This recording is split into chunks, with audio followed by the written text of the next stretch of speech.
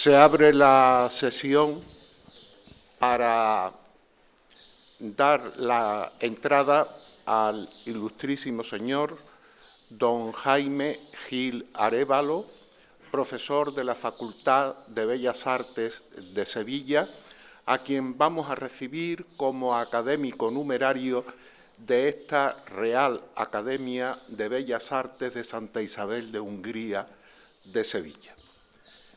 Tal y como es preceptivo en este protocolo para este tipo de actos solemnes, van a presentar al nuevo académico ante el estrado los académicos numerarios, ilustrísimo señor don Jesús Rojas Marcos, profesor de Historia del Arte de la Facultad de Geografía e Historia de la Universidad Hispalense, y don Daniel Bilbao, decano de la Facultad de Bellas Artes de Sevilla. Cuando gusten.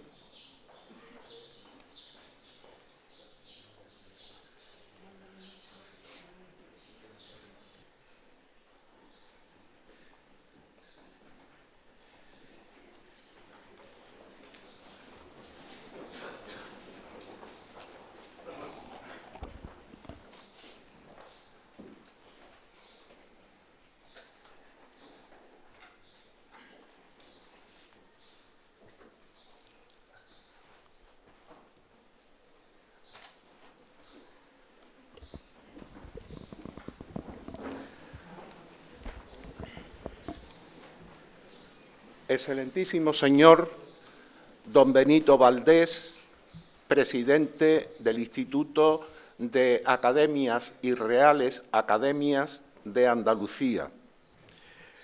Excelentísima señora doña Isabel de León y Borrero, marquesa de Méritos y presidenta de honor de esta Real Corporación. Excelentísimo señor don Luis Manuel Halcón de la Lastra, académico numerario de esta Real Academia y exteniente hermano mayor de la Real Maestranza de Caballería de Sevilla. Ilustrísimo señor don Fernando Fernández, secretario general de la Academia de Bellas Artes Hispalense. Excelentísimos e ilustrísimos señores académicos, dignísimas autoridades, ilustrísimo señor coronel don Ignacio Rosales de Salamanca Rodríguez, damas y caballeros.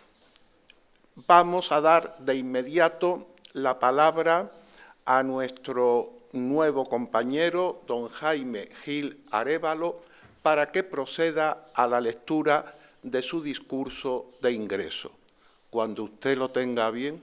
Bueno, en principio y con anterioridad intervendrá el secretario general dando lectura al extracto del acta de elección de nuestro nuevo compañero. 2022 resultó elegido académico numerario de esta Real Academia de Bellas Artes Santa Isabel de Hungría de Sevilla el ilustrísimo señor don Jaime Gil Arévalo, en atención a los méritos contraídos por sus actividades en la universidad, tanto en el ámbito docente como en el de la investigación, ocupando diversos campos académicos, así como por sus aportaciones al mundo de la actividad en las artes escultóricas, con propuestas innovadoras en el arte contemporáneo. Fue presentado por los ilustrísimos señores Santos Calero, Fuentes de Olmo, García Rodríguez y Miñarro López. Ocupará el sillón número 1 que anteriormente perteneciera al ilustrísimo señor don Antonio Gavira Alba, de todo lo cual, como secretario general, doy fe. Sevilla, 19 de marzo de 2024. Muchas gracias, don Fernando. Y ahora sí tiene la palabra don Jaime Gil Arévalo, que nos disertará sobre una visión del enigma de la creación artística. Cuando quiera. Buenas tardes. excelentísimo señor presidente, excelentísima señora presidenta de honor, excelentísimos e ilustrísimos señores académicos, excelentísimas personalidades, querida familia y amigos, señoras y señores. Con el permiso del señor presidente, quiero hacer, antes de empezar el discurso, hacer mención a la fecha de hoy, San José. Quiero hacer una recordatoria, primero, del santo que es iconológico, que ha sido representado en nuestra cultura occidental, pero siempre al pobre le tocó el peor papel, quizás porque, bueno, por las circunstancias, ¿no? Entonces, haciendo uso de ello, quiero felicitar a todos los padres presentes y, sobre todo, a los que nos han faltado, a los que no están con nosotros. Que vaya por ellos el recuerdo y por todos aquellos que se nos fueron. Y así procedo al discurso. Es para mí un honor haber sido elegido miembro de número de esta docta e ilustre institución, por lo cual espero estar a la altura y poder realizar las labores encomendadas en el ámbito que correspondan. Si no fuera así, se me demande. Para empezar mi exposición, y así lo siento, y de obligado cumplimiento y orgullo, hacer mención a la persona que sustituyo en su asiento, artista, maestro, profesor y buen amigo, Antonio Gavira Alba, escultor, docente y mejor persona, que espero honrar y ser fiel merecedor de ello. No puedo pasar por alto las magníficas correcciones que junto con mis compañeros escuchábamos sobre la visualización de las formas tridimensionales, los distintos puntos de vista, no solo lateral y frontal, que por supuesto eran lo básico, sino la visión en perspectiva vista de rana, que nos facilitaba observar la simetría en un retrato escultórico, visto desde abajo, la manera de tensionar la epidermis del barro, en la búsqueda de las texturas, sin pasar por alto los conceptos y la visión que tenía de la forma tan personal.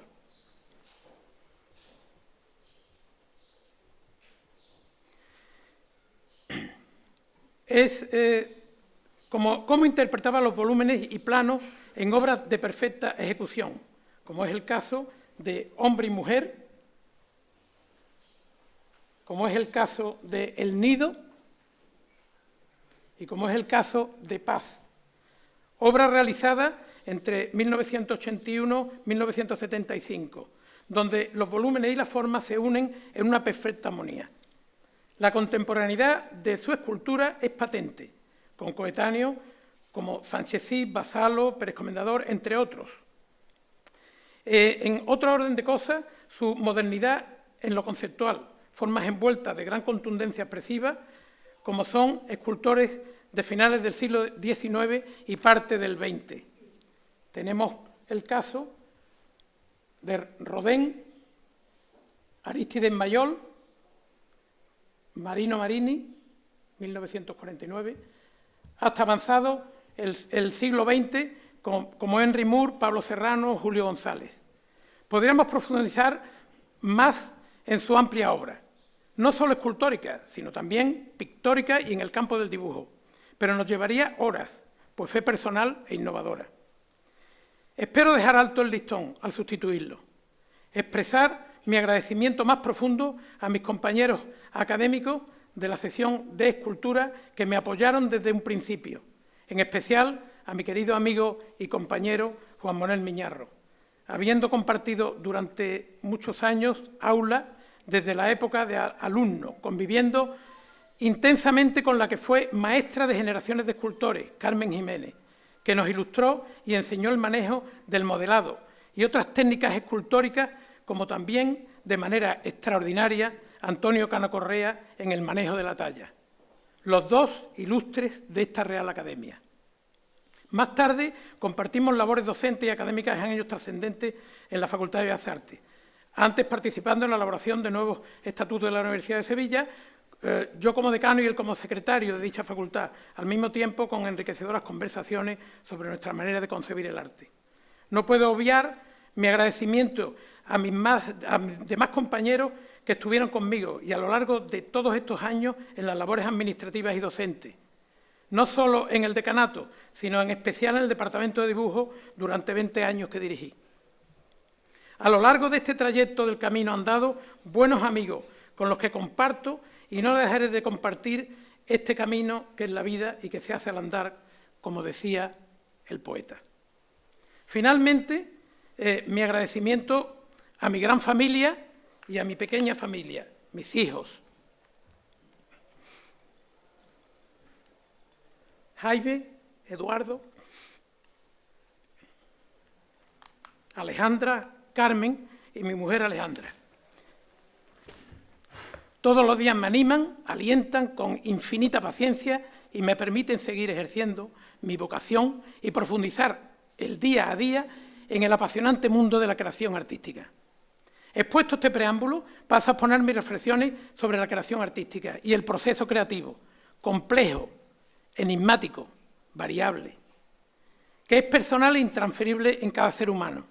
Y así lo titulo, una visión del enigma y de la creación artística entre el dibujo y la creación escultórica. Como todo proceso complejo, intervienen muchos factores. Yo en este caso englobaré en dos generales. Los internos, que fluyen desde lo más profundo de tu alma, y los externos, que van penetrando de manera continua, gota a gota, en tu inconsciente y acaban conformando el universo anímico creativo. En primer lugar, y de difícil control, mencionaré los externos, que parafraseando a Ortega y Gasset, filósofo y ensayista 1883-1955, coetáneo de Unamuno y de otros muchos, decía: yo soy yo y mis circunstancias. El hombre debe de ocuparse de su propio ser y para esto debe no solo conocer, sino además asumir sus circunstancias y ocuparse de aquello que lo envuelve.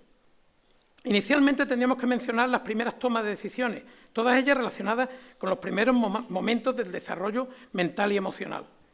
Estas primeras tomas de decisiones están vinculadas a dos personas trascendentales en el inicio de mi vida, como creador plástico. La primera en mencionar y vinculada a esta institución y que está presente, sin estarlo de manera material, pero sí en espíritu, y habiendo dejado un legado que hoy podemos disfrutar, jesuita y miembro que fue de esta Real Academia, el padre García Gutiérrez, al que pude disfrutar en mis años de niñez, como profesor de Historia del Arte en el Colegio Portacelli, y más tarde como director espiritual de mi pobre alma entre dudas y desconciertos. Él me ayudó a comprender la cronología del arte, la importancia de este como notario plástico de la historia. Sé sobradamente que me estará escuchando entre los muros de esta casa. La segunda persona, que la tengo en mi alma de creador,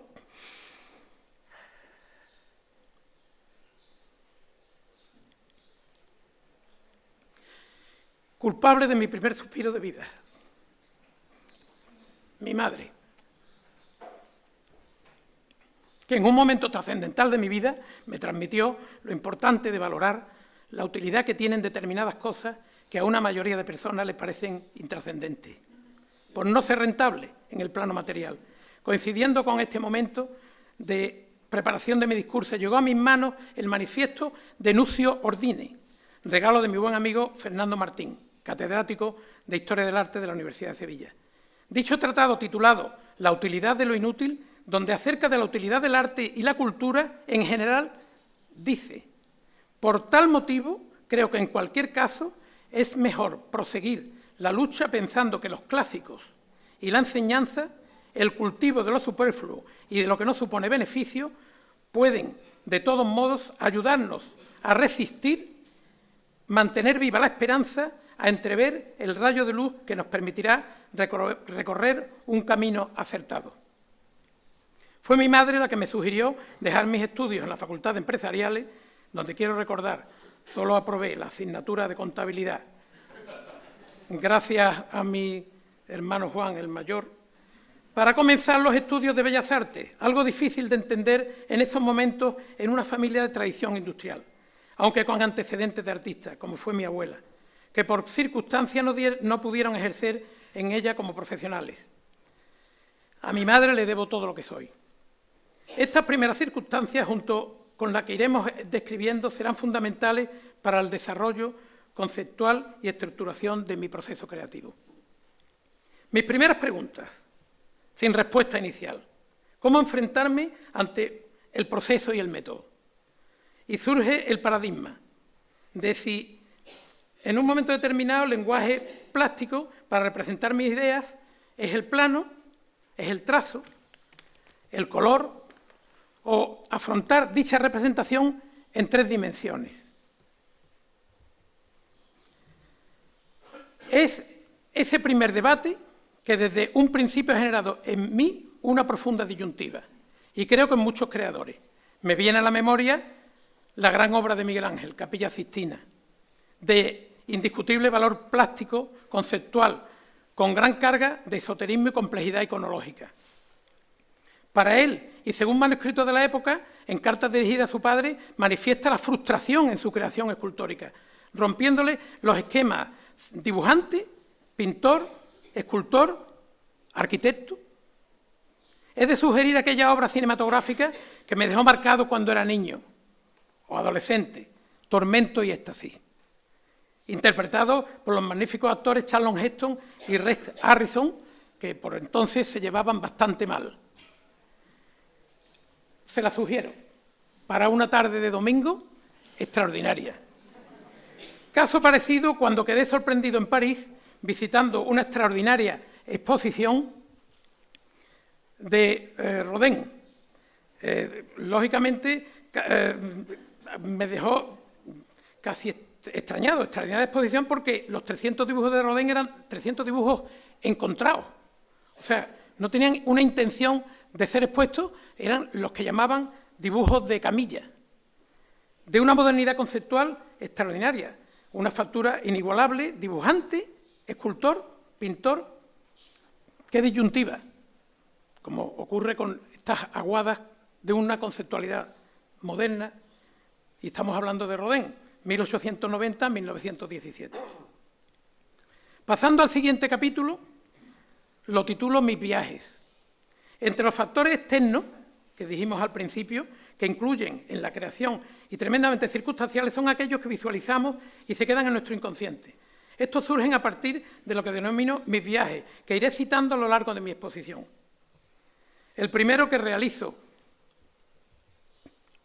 a Nueva York, después de haber estado en Roma y Florencia en contacto con el Renacimiento, todavía en periodo formativo en la Escuela Superior de Bellas Artes. Aquel viaje me cambió los esquemas, me abrió la mirada a otros parámetros, una visión distinta. Me aconsejaron, como es lógico, visitar el Museo de Arte Moderno de Nueva York, MoMA. Era por los años 1975.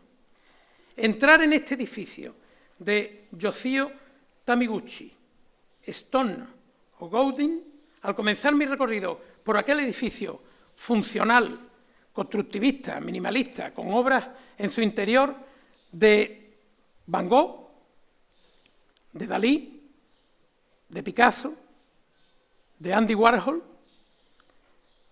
Monet y sus nenúfares, entre otros muchos, me resultó impactante. El Guernica, que en ese momento era la obra más visitada del mundo, estaba en el MoMA, antes de venir a España. Estamos hablando de la transición. Pero el momento más especial que me hizo entrar en una especie de catarsis fue una sala externa en la que me topé con el Balzac de Rodin. Aquello fue una catarsis rotunda. Varias salas con prácticamente obras de escultores más importantes de los finales del siglo XIX-XX. Pues, como puedo citar, Giacometti, Brancusi, Henry Moore, Boccioni, entre otros muchos. Me volví a preguntar, después de ver esto, y con la edad que tenía, y siendo estudiante, ¿cuál es el lenguaje válido? ¿Cuáles son las opciones? Grandes dudas. El mundo de la expresión creativa es tan diverso, su lenguaje infinito. Todo lo que contemplo me hace profundizar y en muchos casos los conceptos son parecidos, cargados de significado y resultados de visualización bien distintas. En algunos la texturación orgánica es predominante, como el caso de Henry Moore, pero de expresión formal y cronológica bien distinta, Giacometti. A partir de este momento descubro que además de la imaginería que me apasionaba, existían otros lenguajes, en cierta manera de riqueza interminable en el mundo de la interpretación escultórica, para expresar sentimientos exteriores. La toma de decisiones, la elección, principios para el inicio de un proceso creativo, la importancia de lo material, el enigma de la supervivencia y la necesidad de materializar vivencias e interpretarlas, más allá de la mera representación iconológica. La búsqueda por medio del discurso y de la narrativa. Paso importantísimo y denomino de docente a discente, el dibujo. En tales tesituras de importancia y complejidad, el paso de docente a discente.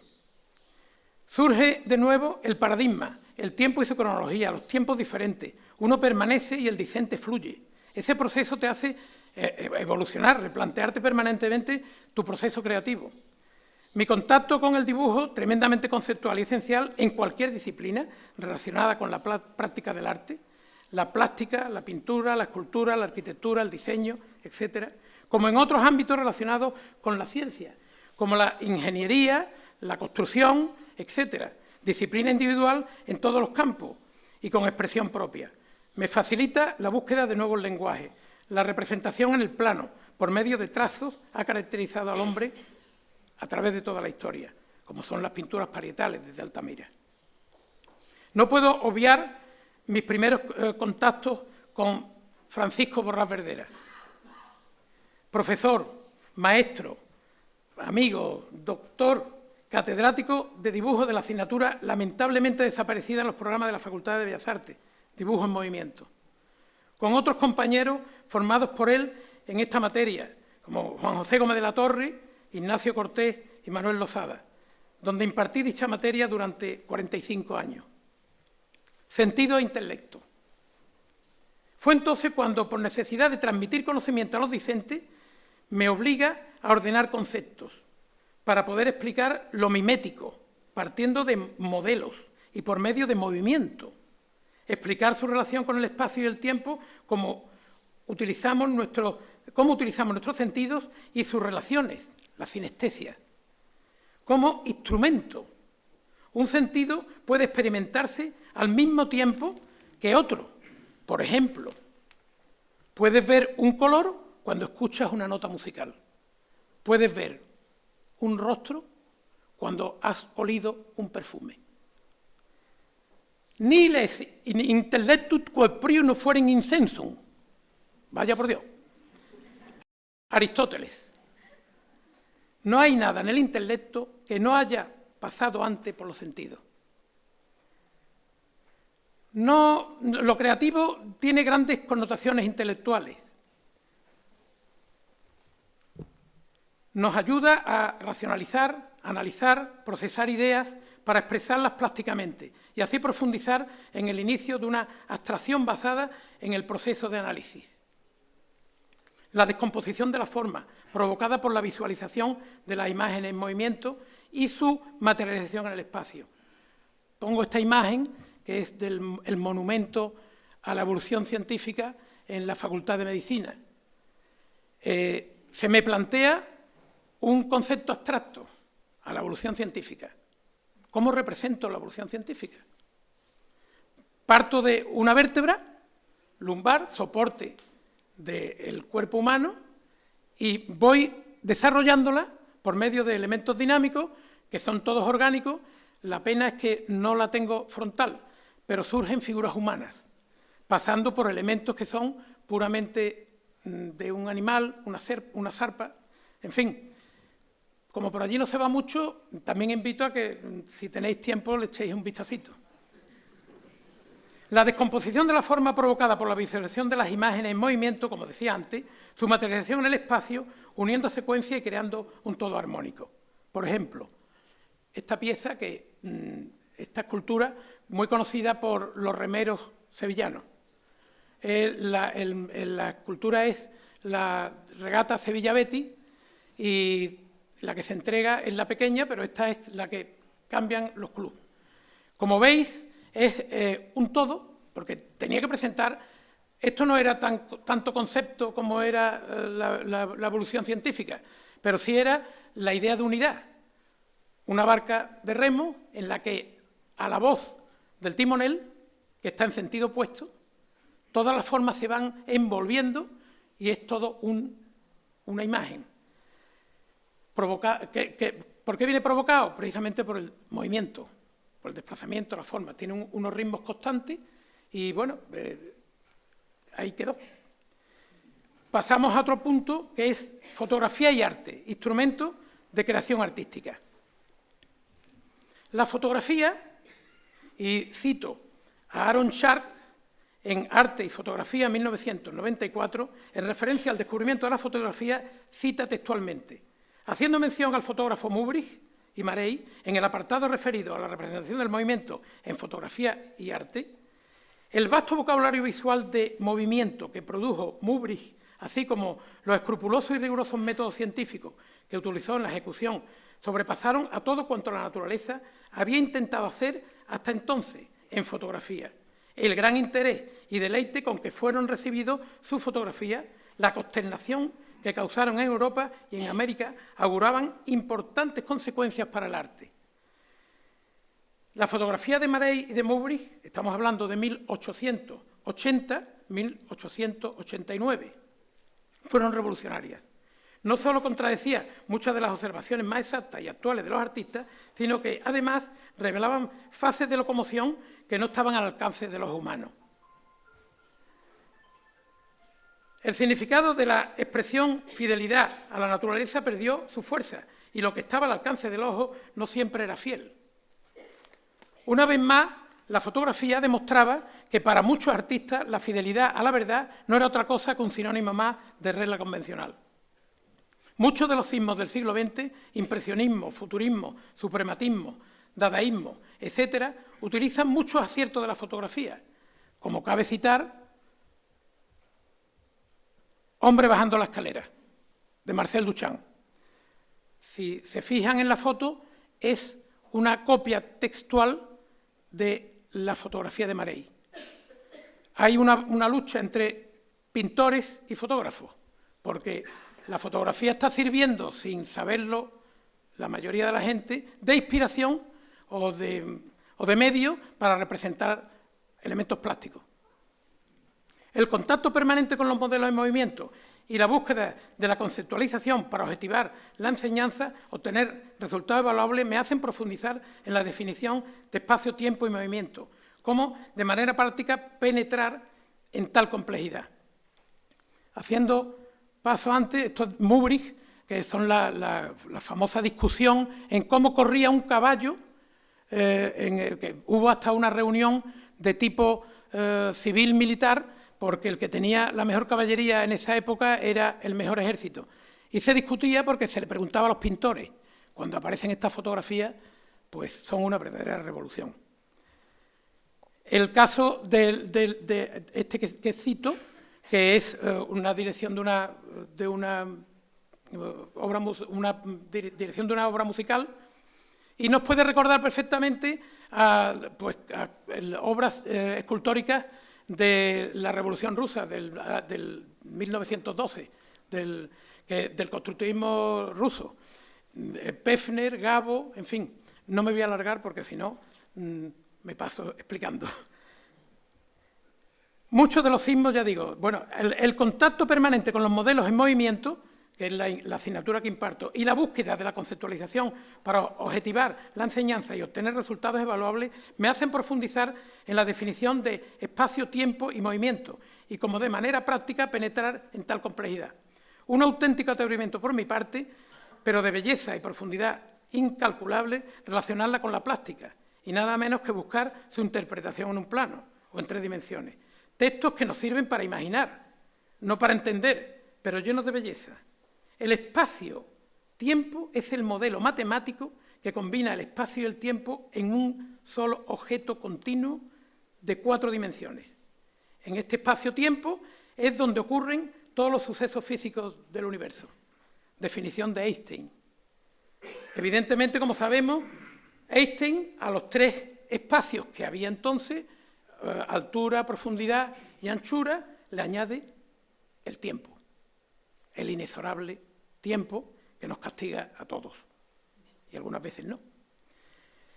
Espacio, y ya digo, que hay varias definiciones que son difíciles de entender. Entender a Einstein ya sería demasiado. Entre multitud de teorías y definiciones habría que explicar la relación objetiva de tiempo, espacio y movimiento, y para ponerla y poderla aplicar a la práctica del dibujo. Sin movimiento no existe tiempo ni espacio, que es tesitura. La conclusión, profundizar en la visualización de los objetos, las formas que nos rodean, móviles y estáticas, y los cambios con los 3 conceptos, espacio, tiempo y movimiento. Todos estos razonamientos cuestionados e infinitos, pongo aquí el caso de estos dibujos que son de las clases que he practicado con los alumnos en estos años. Los alumnos no conocían ni la obra de Marey ni la obra de Mubrich, pero con la visualización de los modelos y la materialización de la forma en el espacio, los resultados son tremendamente plásticos, como veis. Eran modelos desnudos moviéndose y generan pues, manchas borrosas, como las que capta Marey en su experiencia. Todos estos razonamientos cuestionados e infinitos, pasando por resultados como los obtenidos con los citados descubrimientos fotográficos de la mano de Desgarret, Talbot, Mubrich, Marey, entre otros, que inspiraron movimientos artísticos del siglo XX y fueron básicos para su desarrollo. De nuevo, y utilizando la publicación de Alanchar, Arte y Fotografía, cita textualmente, se pueden establecer juxtaposiciones reveladoras entre las obras de Duchamp, que citamos antes, y los futuristas italianos y la fotografía de los diagramas de Marey. El resultado de la observación de la forma en movimiento en un espacio y tiempo generan secuencias y manchas borrosas que, paradas en el tiempo, producen resultados inimaginables, como es el caso este. En este paradigma nos encontramos con 2 acaecimientos, el ya expuesto, cómo representar la forma en movimiento, y la transubstanciación o transformación, en este caso de los modelos en movimiento, el numen o la inspiración, que nace de la observación de artefactos y los organismos y su entorno provocado por las analogías. Analogías como fuente de inspiración. Steinman, en su obra The Evolution of the Thing, y perdonadme por la pronunciación mía terrible, en su publicación Arquitectura y Naturaleza manifiesta: así deberemos abordar en breve la discusión completa de la analogía evolucionista en la arquitectura y el arte, a la que por demás sirve de introducción el presente análisis de la clasificación de la obra de Semper y Viollet-le-Duc, realizado con el propósito de señalar cómo en la analogía biológica se confunden o recuerdan los aspectos estrictamente ecológicos y los evolucionistas. Casos de, como citaba Viollet-le-Duc, las palmas de una palmera. Si ponemos 4 palmeras y se unen las palmas, nos pueden recordar en un momento determinado pues la bóveda del gótico.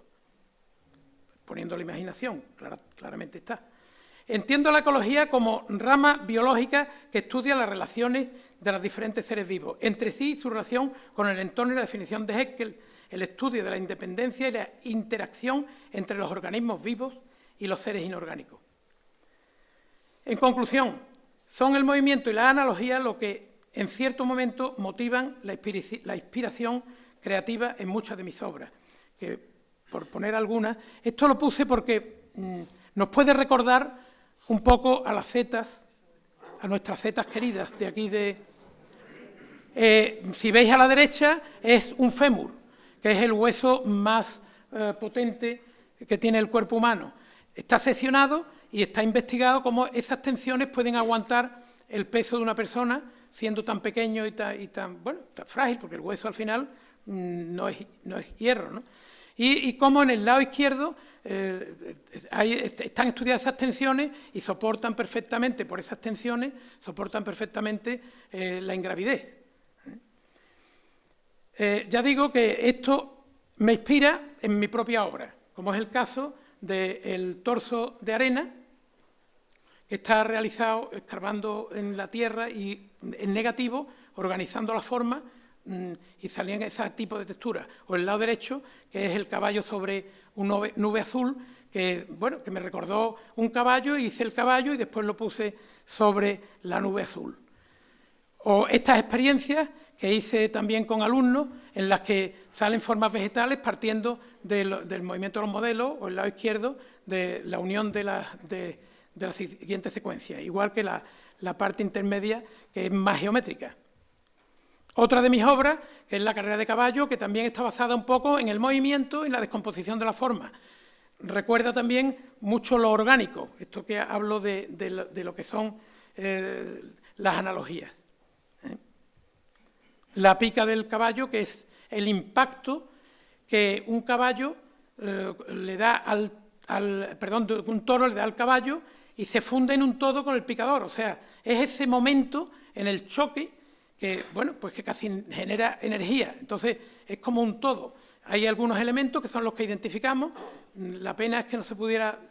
El problema que tiene la escultura, que habría que girarla para ver todos los puntos concretos. Retorno a los viajes. Como dije, iba a ir mencionando los viajes. Tengo que mencionar los distintos viajes a Egipto, donde me sorprendió mucho la escultura bloque. ¿Por qué? Me preguntaba. Pues la escultura bloque, como saben, era porque el faraón tenía que pasar a la eternidad sin un fraccionamiento de nada de su cuerpo. A mí aquello me sorprendió. Bueno, y me ha servido para otro tipo de esculturas que estuve haciendo, como es el caso del monumento a la Constitución, primer monumento que se hace a la Constitución después del golpe de Estado en el pueblo, mi querido pueblo de Dos Hermanas. Voy a Egipto, Marruecos, Argelia, Níger, con mi hermano José Mari, con el que comparto mis conceptos en la década de los 80, y hablábamos pues de los paisajes y de todo mi proceso creativo. Me tuvo que aguantar algunas conversaciones absolutamente insoportables. Un cambio sustancial ya no solo por el movimiento y los efectos plásticos que generan, sino que aquello se une al impacto provocado por la analogía de los artefactos y los organismos y su entorno. La mímesis con lo orgánico deriva en su desarrollo en una texturación de la forma. El propio paisaje del desierto, con infinitas variables y carácter constructivo de sus ciudades, relacionadas con las propias formas y sorprendentes descubrimientos del arquitecto Le Corbusier y con la ciudad de Gardaya. Cuando llegué a la ciudad de Gardaya me sorprendió un edificio de Le Corbusier que se integraba radicalmente a la arquitectura de Gardaya. Invito también al que pueda, aunque ahora es complejo, ir a Argelia y visitar la ciudad de Gardaya. Espectacular. Pero más tarde, cuando voy a la India, también con mi hermano José Mari, nos sorprende la ciudad de Chandigarh, ciudad de Le Corbusier, que también nos sorprende allí en medio de la India, una cosa curiosísima. La visión empática de texturaciones orgánicas relacionadas con el entorno y su propio clima resultan absolutamente sorprendentes para mí. Dos son las perspectivas iniciales, dos caminos en el inicio de la búsqueda de la materialización de la forma, el lenguaje para una narrativa y el discurso que se irá desarrollando más tarde. Completará una manera de expresión. La unión de las formas en movimiento junto a la búsqueda de lo orgánico son la esencia del numen inspiración, esculturas expuestas en Galería Ori y más tarde en Galería Bianca en Helsinki, en Finlandia. Esta es una foto del monumento al toreo, que como veis también tiene ese sentido de bloque que hablaba antes.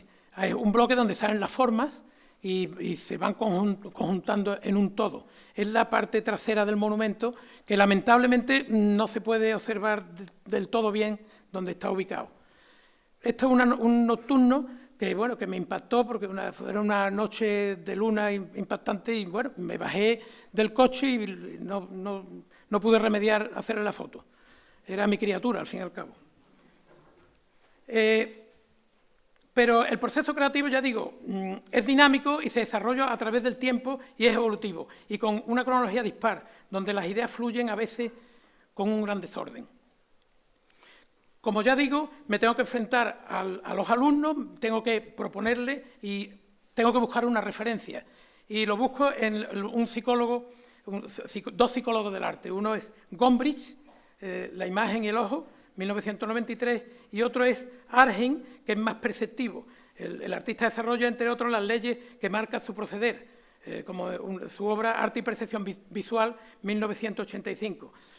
Tenemos que tener en cuenta que son aquellas leyes Gestalt que sirvieron para todo el desarrollo de la Bauhaus, después con Kandinsky, etc. La práctica. De esa teoría también me fascinan dos artistas que los trato de buscar. En mi búsqueda, habiendo tomado contacto con los autores citados, con una gran base teórica me planteo profundizar en dos escultores, con narrativa y discurso y de gran contenido. Uno es Oteiza, 1908-2003, y otro Pablo Serrano, 1908-1985. Cabe destacar sus construcciones masivas donde se funden las texturas orgánicas con el concepto de bloque que las llena de rotundidad expresiva y sus conceptos de volumetría compacto. Escultura bloque, que antes mencionaba, en referencia a la escultura egipcia. Pero estos son los planteamientos orgánicos. Paso. Y me sorprende cuando en un viaje al País Vasco veo el monasterio de Aránzazu. En Oteiza cabe destacar la ornamentación escultórica que tuve ocasión de conocer, donde arquitectura y escultura son un todo. Arquitectos como Sáenz de Oíza, La Orza y este frontal de Lucio Muñoz, absolutamente espectacular. Los contenidos teóricos conceptuales de Gombrich nos aproximan mucho al autor citado, intimista, introvertido. Su carácter y su genética vasca, más cerrada y algo hermética, son la expresión de su creación escultórica. Pelayo Orozco, en su publicación Oteiza, en la Gran Enciclopedia Vasca, en la que entrevista al autor, dice el autor a una pregunta: ¿sabed que en los tiempos que han llegado ya, un artista que no tenga un pueblo al que amar y servir, un artista huérfano de pueblo, será indefectiblemente un artista incompleto, un artista mutilado, un artista frustrado? En la segunda referencia está Pablo Serrano.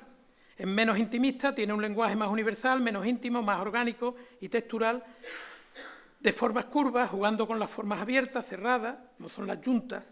Se aproxima y comunica con otras estéticas y autores, incluso los interpreta, como en la colección del Prado, que realmente hace una visión del caballero de la mano en el pecho, o de la familia de Carlos IV. Pongo aquí la fachada de del citado monasterio de Aránzazu, donde se funden perfectamente en un todo toda la parte alta, que es de Oteiza, en una expresión determinada, con la rotundidad que tiene la fachada de tal edificio. Los conceptos de Serrano, ya digo, son distintos, son más próximos a Argen. Cuando cita, mi interés principal sigue siendo lo epistemológico, es decir, estudiar las relaciones cognitivas de la mente con el mundo de la realidad. La percepción visual como elemento dominante en esas relaciones. Esa relación parte en todas las expresiones artísticas. Fueron para mí antecedentes y modelos a seguir, fundamentos de mi búsqueda creativa, no solo por sus valores intrínsecos, sino por la búsqueda de expresiones vinculadas a la acción escultórica. La discusión escatológica que surge entre los dos, que es el objeto quemado. ¿Qué es el objeto quemado? Pues Oteiza son los años en los que está vigente o muy vigente la energía nuclear. Oteiza se obsesiona con la energía nuclear y rompe sus esquemas, y él dice que ya no hay que hacer escultura, que la escultura es la transestatua, o sea, la escultura es energía. Pablo Serrano lo va siguiendo, dice: entre estos dos autores lo más impactante no es solo su gran capacidad expresiva y riqueza iconológica, sino su capacidad de síntesis, lenguaje y narrativa, con un discurso extenso sobre la quema del objeto. Difícil de superar, tremenda inquietud por todo lo que nos rodea. No solo es lo que vemos, sino profundizar en conceptos y analizarlos y crear un lenguaje que nos sirva para transmitir el mundo exterior del universo que nos rodea, incluso fenómenos que no llegamos a entender. Pero hacemos lo imposible por transmitir para llegar a lo más profundo. Y tengo aquí el ejemplo del objeto que plantea Pablo Serrano. Esto es el resultado de la quema del objeto. O sea, él primero plantea una caja de madera muy maciza, la recubre con elementos de hierro y le prende fuego. Lógicamente la madera se quema y se transforma realmente en la escultura. Bueno, está bien, vamos, que digo porque es difícil de entender, pero a mí realmente me gusta la narrativa. Creo que ellos querían expresar lo que sentían, ellos querían entender lo que era la energía nuclear, no la entendemos todavía. Entonces, ellos están en esa lucha y lo expresan de manera plástica. Es muy complejo, realmente. Bueno, y partiendo de esto, paso a lo que yo titulo Diálogo de Besugo. En mis diálogos de Besugo siento, esta es obra mía, aunque no lo creáis. En mis diálogos de Besugo siento la necesidad de transmitir sentimientos encontrados. Es un poquito crítica. El lenguaje verbal no entendido, sin abandonar las texturas de la forma de mis primeras creaciones, influenciado por las formas alargadas de Giacometti, narrativa similar para un fin con un mismo discurso. Para ello, pues tengo que tocar un poco la psicología que está de moda en esos años con Freud y el psicoanálisis. Pazos López, en Mentocultura y teoría de aproximaciones a la psicología del arte, menciona: la obra de arte para Gombrich es el resultado de la combinación de elementos comunicativos expresados por el artista con la percepción del espectador, que se conforma a partir de las experiencias personales y culturales. Giacometti utiliza un lenguaje muy intimista, con la estilización de la forma, hermética e independiente, aunque para expresar más emociones hace composiciones con ellas. Y entonces expresar más emociones y hace composiciones con ellas donde establece una distancia abismal para expresar la incomunicación. Jung, psicólogo y psiquiatra, 1875-1961, dice: Giacometti pretende transmitir con su obra la soledad del ser humano. La soledad no previene por no tener gente a tu alrededor, sino por ser incapaz de comunicar las cosas que te parecen importantes. Gran tragedia. Sus obras nos hacen reflexionar sobre la individualidad del propio ser y su no comunicación con los demás. Su lenguaje de formas verticales, sinuosas y alargadas hacen que cobren independencia, expresan soledad, pero al mismo tiempo una entidad propia e individual. Continuando con Jung, el motivo del ser humano es la individualización, considerándolo como entrar en contacto consigo mismo y con el inconsciente. El diálogo de Besugo, exposición en la Galería Marta Mur, Sevilla, más tarde en Italia, en Riva del Garda, expresión cuando uno no quiere o no puede entender al contrario, porque el contrario se escucha a sí mismo, con lo cual la relación establecida nos lleva al más absoluto de los absurdos. De ahí el título Diálogo de Besugo. Paso a otras de mis fuentes de inspiración y las titulo desde el centro de la esfera, los clásicos. Fuentes de creación e inspiración fue, y como mencioné con anterioridad, mi formación humanista, de mano de los padres jesuitas, donde el latín y el griego ocuparon gran parte de mis horas de docencia, con su historia correspondiente de los clásicos, monográfico que hice con la exposición desde el centro de la esfera. Mi inconsciente me llevará a profundizar en los mitos y las leyendas. En el caso que propongo, está dedicada a Galileo Galilei. Entonces se cuestionaba el tema, él cuestiona el tema del heliocentrismo. O sea, que él, cuando se hablaba de que la Tierra era plana, él decía que la Tierra no era plana y que además el centro del universo no era el Sol, sino la Tierra. Con lo cual, bueno, le costó la excomunión, como sabéis. Y no se le ha levantado la excomunión hasta San Juan Pablo II.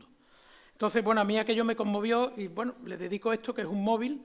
Y normalmente en todas las creaciones aparece un motivo u otro, alguna esfera en su composición, en el mayor de los casos de cristal, por ser este un objeto esotérico capaz de absorber visualmente todo lo que le rodea en su refracción, muy utilizada desde tiempos pasados por personas relacionadas con los mundos paralelos, esotéricos y mágicos, como es el caso de las brujas o los lectores de cartas. Aquí represento la gran tragedia del Minotauro, donde encierro al Minotauro en un laberinto, y ese laberinto lo elevo y hago una pirámide, que también tiene un sentido, las pirámides tienen un sentido esotérico. Le pongo la bola negra encima, con lo cual esa bola negra está permanentemente subyugando al pobre Minotauro, y a él le pongo la bola de cristal para que medite dentro del laberinto. Ese laberinto, ni más ni menos, somos los seres humanos. Paso a otra de mis inspiraciones, y es el hierro y la línea. El permanente contacto y las continuas reflexiones con el dibujo en movimiento generan en mí una auténtica y absoluta necesidad de materializar las tres dimensiones en el dibujo, generado por las sucesiones secuencias y la continuidad de estas hasta materializar las formas en el espacio. Esto me condujo a experimentar con el forjado de hierro en frío. Para ello recurrí a experimentar con grosores de línea y gavillas, que fueran suficientemente dúctiles, y algunas veces no tanto, y al mismo tiempo suficientemente rígidas. La solución de gavillas de 6 milímetros, esto me permitiría con cierto esfuerzo ir dando forma hasta crear las imágenes deseadas y con fuerte contenido dinámico y expresivo. Esta propuesta en la Galería Isabel Ignacio dio como resultado una exposición titulada Las puertas del infierno. En homenaje a Rodin, se van forjando entre mis manos y van cobrando forma hasta llegar a casi una treintena de cuerpos en movimiento que salen de una simulada puerta con un espejo donde se reflejan de manera inversa las imágenes infinitas. Introducción del catálogo de la exposición de mi sobrino Juan de Buena Pluma y diseño y fotografía de mi otro sobrino, Norberto Gil, buen artista, en las que hace una descripción del infierno que cada uno tiene en su inconsciente. Más tarde, vuelta al plano y la búsqueda del objeto útil y reflexiones sobre escultores como Arp, Gargallo, Julio González, etc. Me llevan a la creación buscando la escultura útil y su funcionalidad, titulada Diseño, Escultura y lo cotidiano, expuesto en Galería Isabel Ignacio, que son sobre un plano, una serie de dibujos, y en el mayor de los casos me sirven para acoplar una línea vertical o sinuosa con una lámpara, con lo cual le busco una funcionalidad. Y, por último, mi última exposición, que fue la Miniada. Miniada no por miniatura, sino por un poema atribuido al poeta Pródico de Focea, del siglo V antes de Cristo, donde describe la barca de Caronte cuando lleva las almas al Hiberno. Esta introducción me la hace Fernando Martín, y me hace una introducción espectacular. En un último estadio y a raíz de la pandemia, de la infortunada pandemia, como decía mi querido Fernando Martín, cuando obligado por las circunstancias y en un profundo recogimiento en el refugio de los libros y sus enseñanzas, ayudado por la buena música, penetro en el apasionante mundo de uno de los grandes maestros del Renacimiento. La lectura de sus crónicas, documentos y cartas, me encuentro con Miguel Ángel y su juicio final en la Capilla Sixtina. Las composiciones, con una variedad inusitada de formas posturales, los personajes secundarios me sobrecogen de tal manera que siento la verdadera necesidad de llevar algunas de dichas composiciones a 3 dimensiones. Ese diálogo profundo y las circunstancias de ese momento trágicas generan en mi última creación, dando como resultado una exposición en la Galería Orí, que hago mención a la Galería Orí y lamento que Magda Orí no esté presente por estar enferma. En la Galería Orí, diciembre 2022, con el título de Miniada, donde, cito, la línea es hierro, el hierro es línea, el aluminio y el bronce son torsos, el torso es bronce, el significado es significante, el agua, pigmento y grafito son dibujos para expresar el paseo de las almas en la barca de Caronte sobre la laguna Estigia y nuestros temores ante la muerte y el despojo del alma. Y por último, en mi ser tengo la nueva inquietud para poder narrar y materializar los nuevos fantasmas que circulan atolondrados por mi mente. He dicho.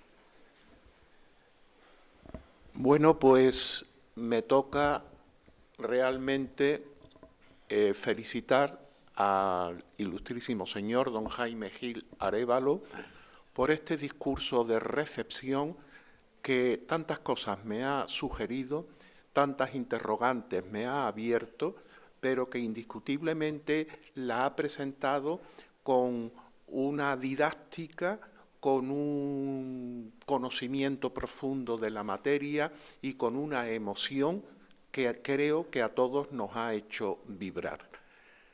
Tras esta felicitación, le ruego a nuestro recipiendario tenga la bondad de acercarse hacia el estrado.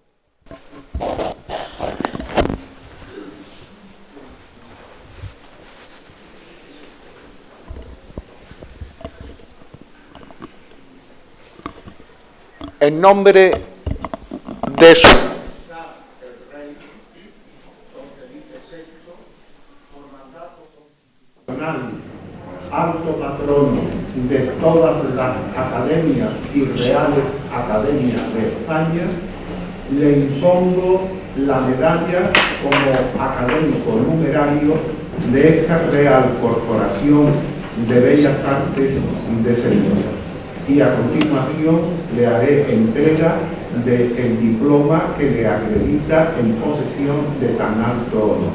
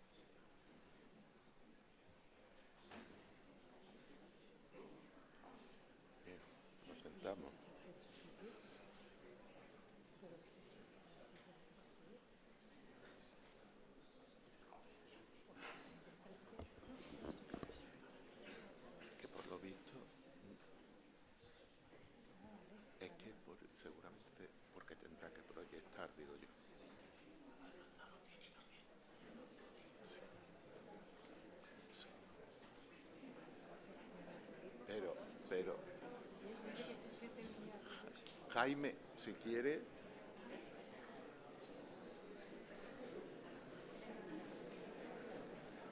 Claro, se tiene que levantar.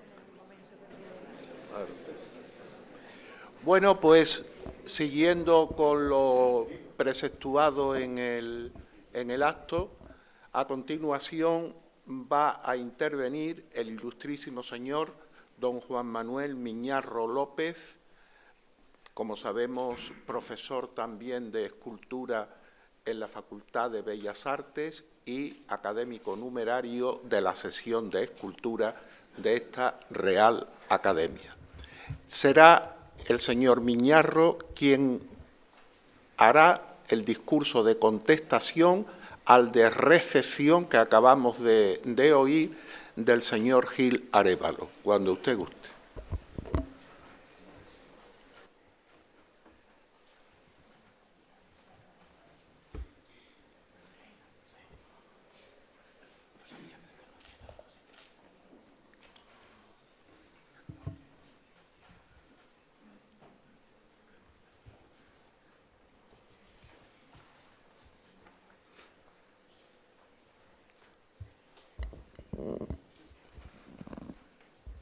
Excelentísimo señor presidente, excelentísima señora presidenta de honor, dignísimas e ilustrísimas autoridades, excelentísimos señores académicos, damas y caballeros.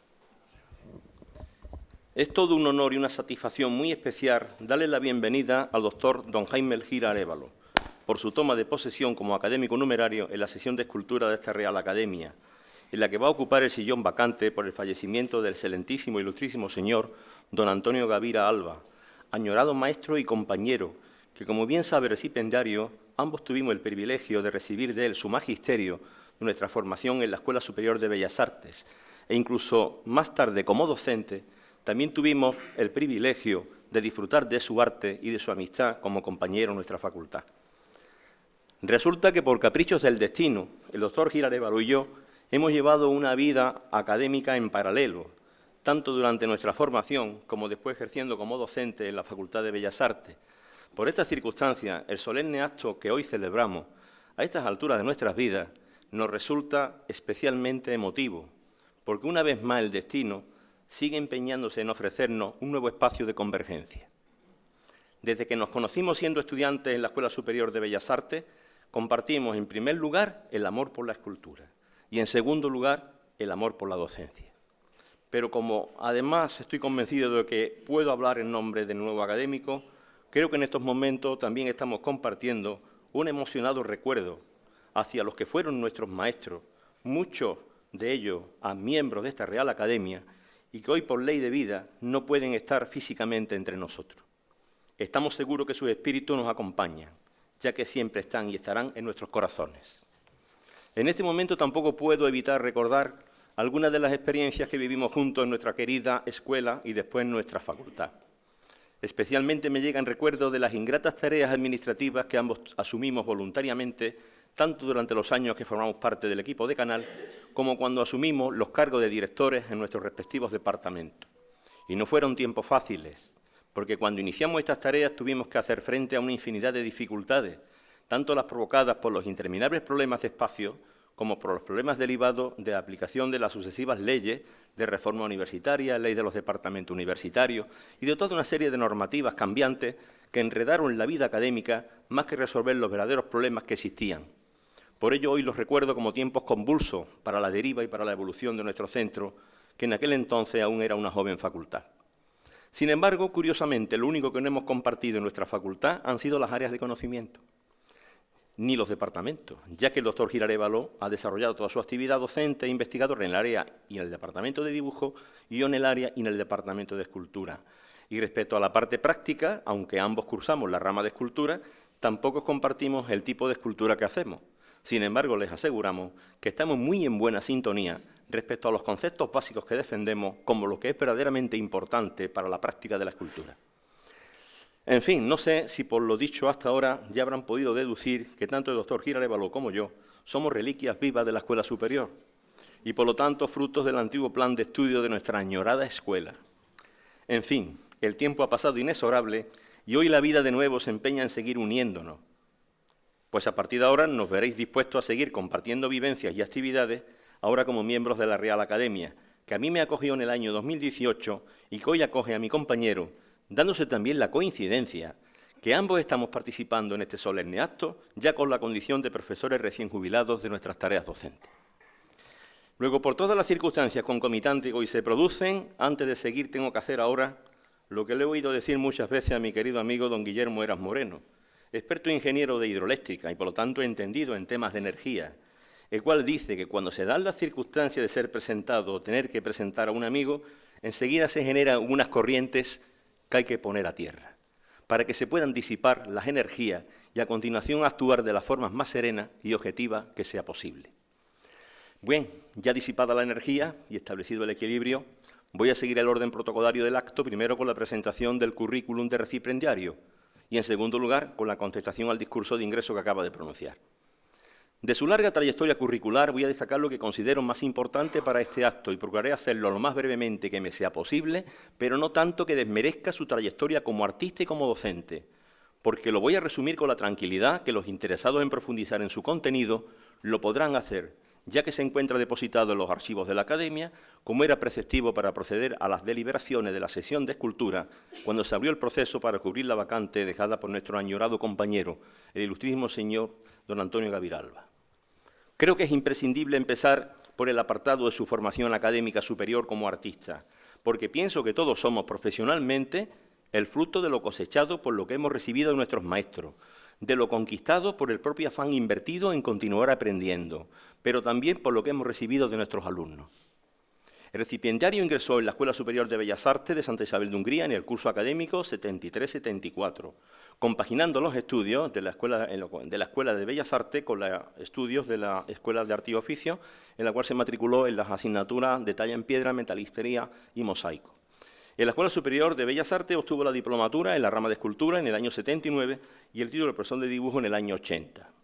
En el año 1983 presentó la tesina de licenciatura, pues entonces, para los que éramos titulados del plano antiguo, una de las vías administrativas que existían para conseguir la convalidación de nuestros títulos de profesores de dibujo por el título de licenciado en Bellas Artes era presentar un trabajo de tesina. Esta fue la vía administrativa que el recipiendario utilizó, presentando el trabajo titulado Técnica de fundición a la cera perdida. En dicha tesina desarrolló los procedimientos auxiliares para la aplicación de las técnicas de moldes de silicona con madreformas de resinas de poliéster, trabajo que en el año 1996 se convirtió en su primera publicación, pues fue seleccionado por el Servicio de Publicaciones de la Universidad de Sevilla. Su actividad docente comenzó temprana, pues en el año 1981 obtuvo por nombramiento por concurso de mérito una plaza de profesor encargado de curso en el Departamento de Dibujo de la Facultad, plaza que ocupó ininterrumpidamente hasta el año 1987, año en el que fue nombrado por el Departamento de Dibujo profesor titular interino. Y fue con la condición de profesor titular interino cuando obtuvo el título de doctor en Bellas Artes con la calificación de sobresaliente cum laude por la tesis doctoral titulada Relación ambiental y entorno orgánico de elementos tridimensionales en su dinámica compositiva. El título de doctor era un paso preceptivo para continuar con la carrera docente universitaria y en ese momento los dos compartíamos la situación de ser profesores contratados, o sea que durante varios años ambos fuimos de los conocidos y sufridores profesores penenes. Y se dio la circunstancia que tuvimos que esperar a que los que habían sido nuestros maestros, nuestros profesores, consiguieran el título de doctor, para que seguidamente pudieran dirigir nuestros trabajos de tesis y formar los tribunales. Así que por esta situación histórica tan especial, también podemos presumir de la condición de pertenecer a la segunda generación de doctores de Bellas Artes de España. El doctor Gil Arévalo siempre ha confesado que para su formación artística fue vital la confluencia de un grupo significativo de profesores, destacando en el área de escultura, don Antonio Cano Correa, don Antonio Gaviralba, doña Carmen Jiménez Serrano, y en las áreas de pintura y de dibujo, don Amalio García del Moral, don Miguel Pérez Aguilera, don Francisco Borrás Verdera y don Francisco García Gómez. Pero de entre todos los mencionados, él siempre destaca al profesor Francisco Borrás Verdera, porque fue quien provocó en su formación una auténtica catarsis, como fruto de los consejos y de las clases magistrales impartidas por dicho maestro. Como consecuencia de las enseñanzas recibidas del doctor Borrás, ha confesado que adquirió una visión renovada del arte, lo cual fue el motivo principal por el cual, cuando llegó el momento, eligió al doctor Borrás como director de su tesis doctoral. Recuerdo que por el hecho de ser escultor, la decisión de nuestro compañero en mi departamento llamó un poco la atención, pues nos resultó algo extraño que no eligiera a un profesor del área de escultura. Pero es que sencillamente sus ideas estaban muy claras y con el tiempo quedó demostrado que su decisión fue la más acertada, porque gracias a la labor de la dirección que ejerció el maestro Borrás, el doctorando consiguió aplicar en su trabajo contenidos del ámbito de la escultura, del dibujo y hasta de la arquitectura. En su tesis fue capaz de poner de manifiesto la importancia del entorno respecto a la ubicación de la forma en el espacio, así como la importancia de los ritmos generados por las propias formas. Quienes de entre los presentes hayan tenido la oportunidad de disfrutar de alguna de sus exposiciones habrán comprobado cómo este mensaje sigue vivo en muchas de sus composiciones escultóricas. Finalmente, en el año 1988, obtuvo por concurso oposición la plaza de profesor titular de universidad en el área de conocimiento de dibujo, donde ha desarrollado toda su actividad docente de una manera ininterrumpida. Durante su trayectoria en la facultad, el doctor Gil Arévalo siempre se ha significado por ser una persona dispuesta a participar y a implicarse en todas las tareas administrativas, haciendo gala de un significante nivel de compromiso y de una rotunda voluntad de servicio. Por ejemplo, durante 20 años ocupó el cargo de director del departamento de dibujo y con anterioridad el cargo de vicedecano e incluso el cargo de decano de la facultad, al menos durante un curso académico. Y respecto a su compromiso y entrega en tareas docentes e investigadoras, tampoco ha tenido una actitud distinta, pues siempre se entregó por entero a sus alumnos y a las labores de investigación. En su larga trayectoria en la facultad ha impartido las asignaturas de dibujo del natural, dibujo y concepto de forma, en la licenciatura de Bellas Artes y en el actual plan de estudio la asignatura de creación abierta en el grado de Bellas Artes. Pero tampoco ha sido menos su implicación y participación en los programas de tercer ciclo. Un dato digno a destacar es que el doctor Gil Arévalo es uno de los profesores de nuestra facultad que más tesis doctorales ha dirigido, con un total de 18 tesis llegadas felizmente a término. Y en el nuevo plan de estudio ha desarrollado una importante labor en dirección y tutorización de trabajo de TFG y TCM. En definitiva, un profesor muy activo, implicado en la vida académica, administrativa, docente e investigadora de nuestro centro. En el ámbito de las publicaciones, aparte de su tesina, desde licenciatura, veo oportuno destacar que el doctor Gil Arévalo, a pesar de su dedicación fundamental a la docencia y a la creación de obras plásticas, también ha tenido tiempo para desarrollar publicaciones en formato de artículos, publicaciones de conferencias, póster y ponencias recogidas en actas de congresos nacionales e internacionales. Y por su labor como artista ha participado y generado una importante cantidad de artículos y entrevistas sobre su obra, publicadas en prensa de diferentes ámbitos, tanto de Sevilla como de otras provincias, totalizando más de una veintena de tipos de publicaciones. Como capítulo de libro, quiero destacar su colaboración en el titulado Juan de Mesa, 1627-2002, publicado por la editorial de la Universidad de Córdoba, Grupo Arca, en el año 2003, en el cual el doctor Gil Arévalo fue autor del capítulo titulado Idea iconográfica sobre Juan de Mesa, aplicación para su representación en 3 dimensiones. Pero ahora no tengo más remedio que ocuparme de hablarle del doctor Gil Arévalo como escultor, pues la dedicación a la obra plástica ha sido y es la actividad que ha llenado su vida creativa e investigadora como artista, como de hecho nos suele pasar a la mayoría de los que hemos nacido con la vocación de ser oficiantes de la belleza, como decía Rodin.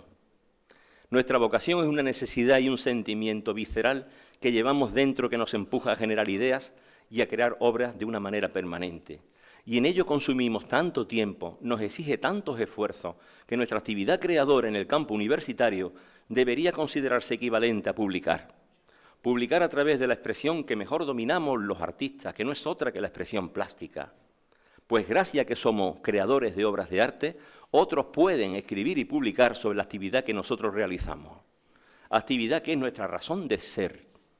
Luego, si dedicamos todo nuestro tiempo, si no dedicamos todo nuestro tiempo a lo que de verdad es nuestra sagrada misión, entonces no nos quedará ni un solo minuto para ser artistas, como afirmaba Rodin en su testamento. Por ello, la obra de doctor Gil Arévalo no se puede contar por números de libros o de artículos, pero sus esculturas sí, pues sus obras están presentes en la Casa Real de Jordania, Casa Real Española, Fundación Madariaga de Sevilla, Colección Gilarexa, Colección Iglans, Museo Jacinto Higuera de San Sebastián del Puerto, en Jaén, Museo al Aire Libre de Valdelarco, en Huelva, y Museo al Aire Libre de la Villa Complutense de Alcalá de Henares, en Madrid. Para Sevilla he realizado los monumentos públicos, homenaje a las Fuerzas Armadas, instalado en la Capitanía General, monumento a la tauromaquia, situado en la Ronda de Cama, monumento al Rey, promovido por el Ayuntamiento de Dos Hermanas, monumento a Miguel de Quiñones, situado en el Hospital Militar de Sevilla, y monumento a la Evolución, instalado en la Facultad de Medicina.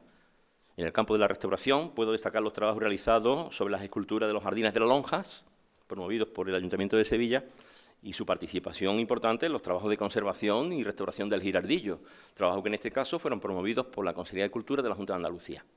Y ya para terminar con este breve recorrido por su currículum, solo mencionar que la labor escultórica de nuestro artista también ha sido ampliamente divulgada a través de numerosas exposiciones colectivas e individuales, aparte de haber sido reconocida y distinguida con numerosos premios y galardones.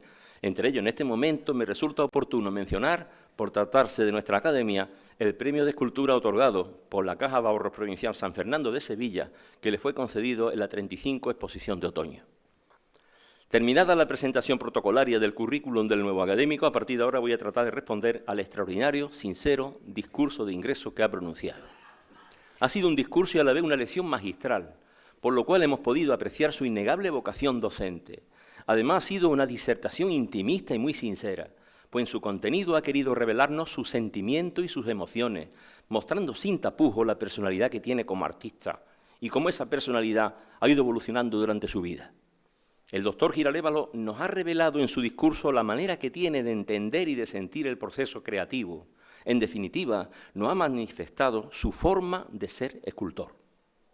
En su discurso está contenido todo su universo: sentimientos, recuerdos, desvelos, dudas, inquietudes y hasta las decisiones que ha tenido que tomar a la hora de hacer arte.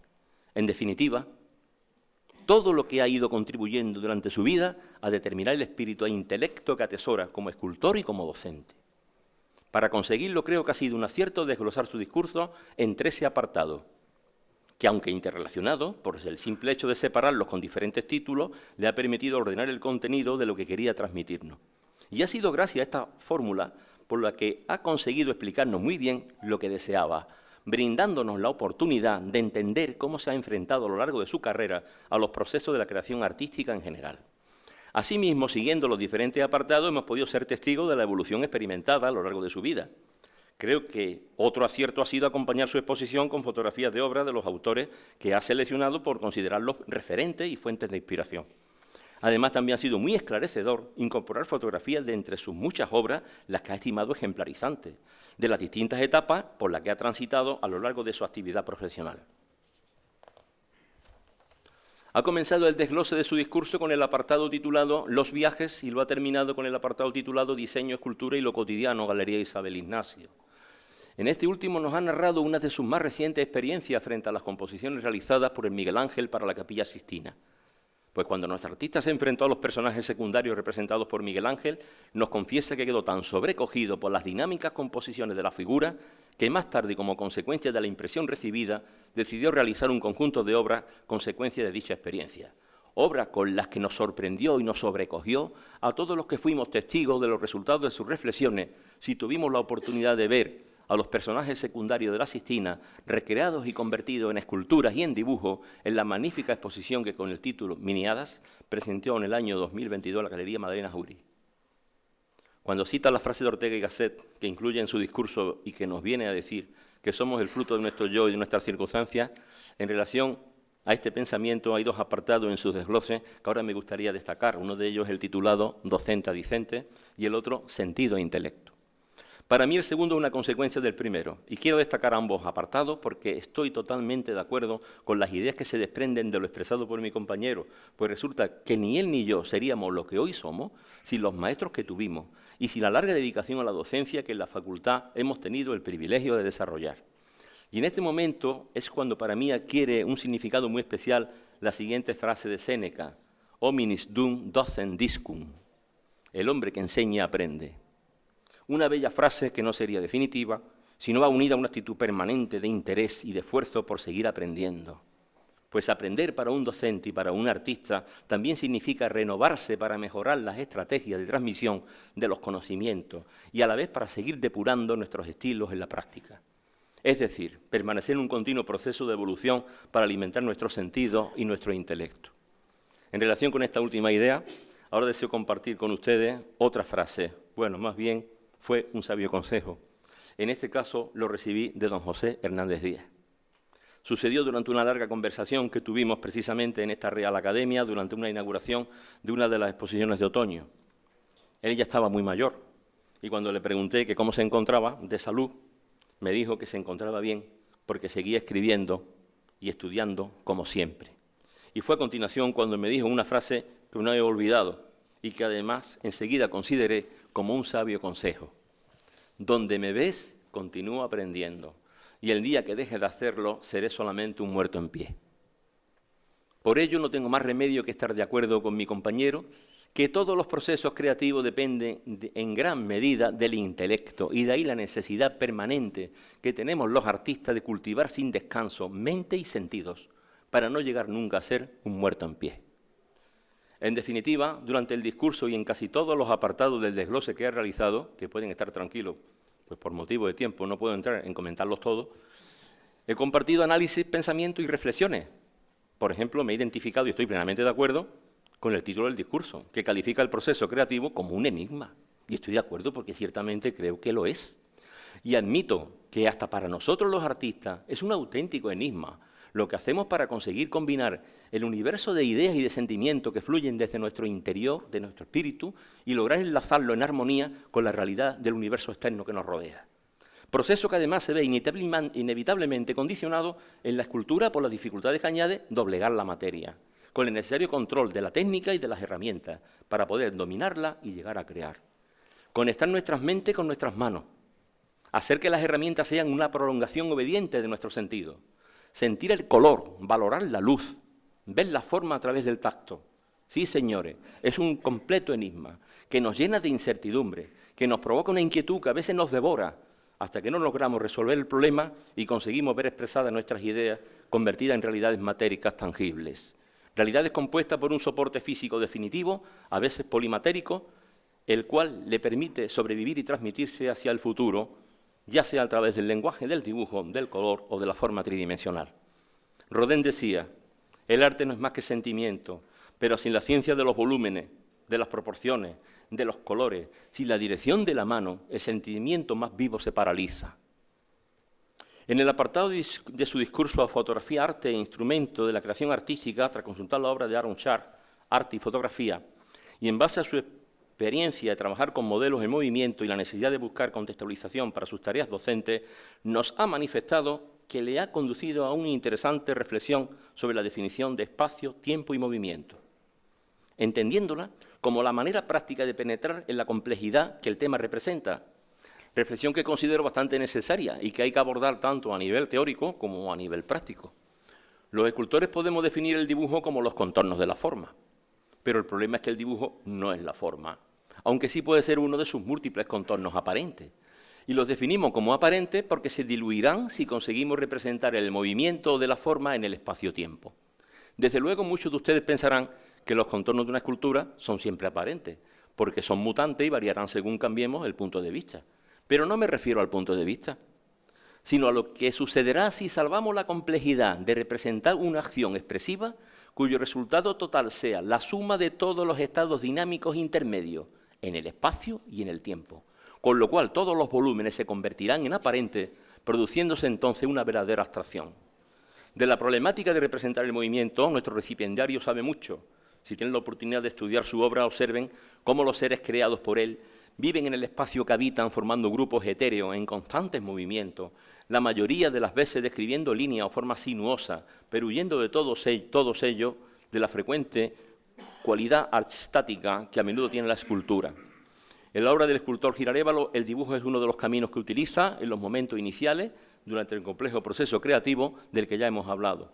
Él ha demostrado que sabe dibujar en el plano y cada vez sabe dibujar en el espacio, a través de las líneas o de los perfiles, y que lo hace con el dominio de autores tales como Alexander Cardes, Phil Ryder, Julio González, Pablo Gargallo, Vladimir Tatin, Jan Tinglet, combinando sabiamente líneas con volúmenes. Pero además, gracias a su formación en el oficio de taller, sabe construir casi como lo haría un arquitecto, conectando en armonía y con la limpieza técnica que requieren los diversos elementos que emplea y que combina, sobre todo cuando para ello utiliza diferentes tipos de materiales en sus creaciones. En el apartado titulado El hierro y la línea, expone las experiencias y reflexiones que, gracias a las prácticas del dibujo del movimiento, sintió la necesidad de materializar obras en 3 dimensiones, lo cual le lleva a crear con gavillas imágenes con un fuerte contenido dinámico expresivo, forjadas en hierro. Siendo el resultado de dichas reflexiones la exposición que con el título Las puertas del infierno presentó en la Galería Isabel Ignacio como un sentido homenaje a Rodin. Han dicho de él, y además a mí me consta, que nuestro escultor es muy apasionado para sus cosas y para todo lo que hace. Han escrito de él que es un hombre aventurero, de espíritu inquieto y nervioso, pero que pese a todo lo que le agita en su interior, a veces parece un hombre ensimismado, cercano al despiste, máxime cuando se encuentra en esa permanente búsqueda de argumentos y nuevas soluciones para sus obras. Puedes cruzarte con él por la calle, casi chocar de frente, saludarlo y obtener como respuesta el más contundente de los silencios. ¿Es acaso una persona descortés o quizá antipática? A mí me consta que no. Luego yo creo que la única explicación es que padece lo que se puede calificar como el puro despiste del creador, que además muchos de nosotros lo padecemos y casi no lo podemos remediar. En sus viajes se inspira, de ellos aprende, porque le muestran nuevos caminos para los cuales puede conseguir ordenar el berenjenal de ocurrencias e ideas que no le dejan dormir, pero que gracias a su persistente espíritu de trabajo dejan de estar desordenados para convertirse en obras que representan unas realidades inquietantes. Mi más sincera felicitación al nuevo académico numerario.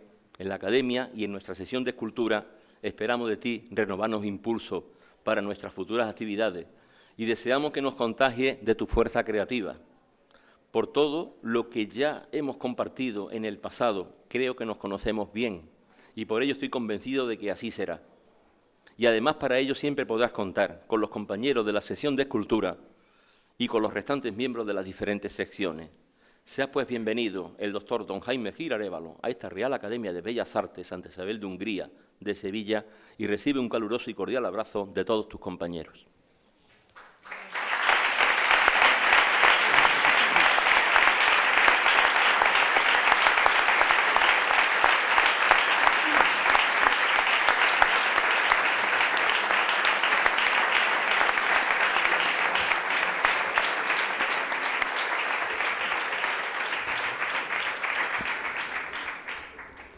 Bueno, pues como corresponde, quiero hacer llegar nuestra felicitación más sincera al ilustrísimo señor don Juan Manuel Miñarro López por su discurso de contestación que dentro de los cánones puramente académicos creo que ha sido cumplido y brillante.